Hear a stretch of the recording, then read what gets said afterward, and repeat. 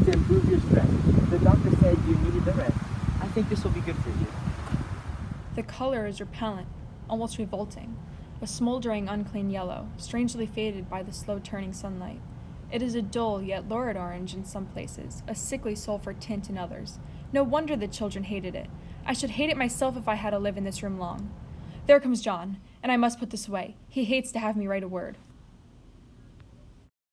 I am sitting by the window now, up in this atrocious nursery, and there is nothing to hinder my writing as much as I please, save lack of strength. John is away all day, and even some nights when his cases are serious. I am glad my case is not serious, but these nervous troubles are dreadfully depressing. I wish I could get well faster, but I must not think about that. This paper looks to me as if it knew what a vicious influence it had. There is a recurrent spot where the pattern looks like a broken neck, and two bulbous eyes stare at you upside down.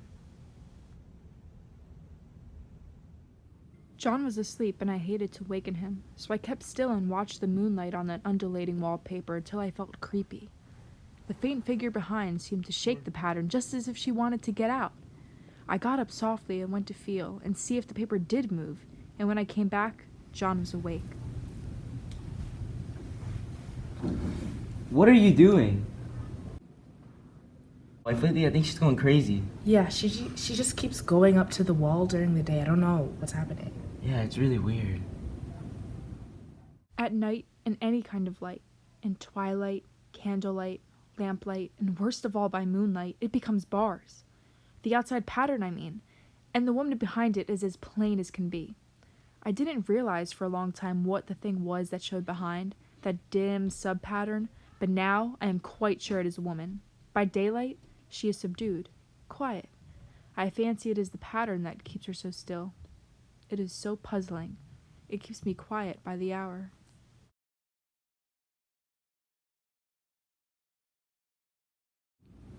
I found yellow stains all over her clothes and your clothes. I think she's been touching the wall. Are you serious? Yeah, I went up and I touched a wall and it leaves yellow smooches all over your fingers. Wow. It is the same woman, I know, for she is always creeping, and most women do not creep by daylight. I see her in that long shaded lane, creeping up and down. I see her in those dark grape arbors, creeping all around the garden. I see her on that long road under the trees, creeping along. And when a carriage comes, she hides under the blackberry vines. I don't blame her one bit. It must be very humiliating to be caught creeping by daylight. I always lock the door when I creep by daylight. I can't do it at night, for I know John would suspect something at once. I wish he would take another room. Besides, I don't want anybody to get that woman out at night but myself. I often wonder if I could see her out of all the windows at once, but turn as fast as I can, and I can only see out of one at a time. And though I always see her, she may be able to creep faster than I can turn. I have watched her sometimes away, off in the open country, creeping as fast as a cloud shadow in a high wind.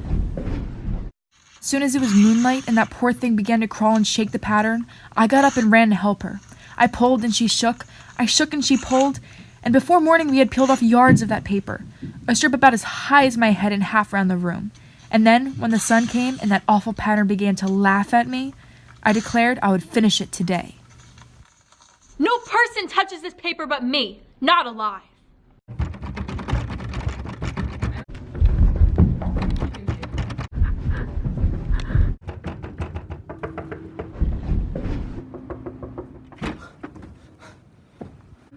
What does it matter, for God's sake? What are you doing? I've got out at last, in spite of you and Jane, and I pulled off most of the paper so you can't put me back. Now, why should that man have fainted? But he did, and right across my path by the wall, so that I had to creep over him every time.